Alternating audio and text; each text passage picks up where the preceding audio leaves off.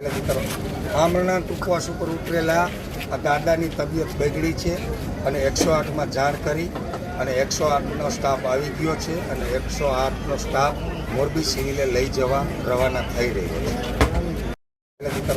આમરણના ટૂંકવાસ ઉપર ઉતરેલા આ દાદાની તબિયત બગડી છે અને 108માં જાણ કરી અને 108નો સ્ટાફ આવી ગયો છે અને 108નો સ્ટાફ મોરબી સિવિલે લઈ જવા રવાના થઈ રહ્યો છે।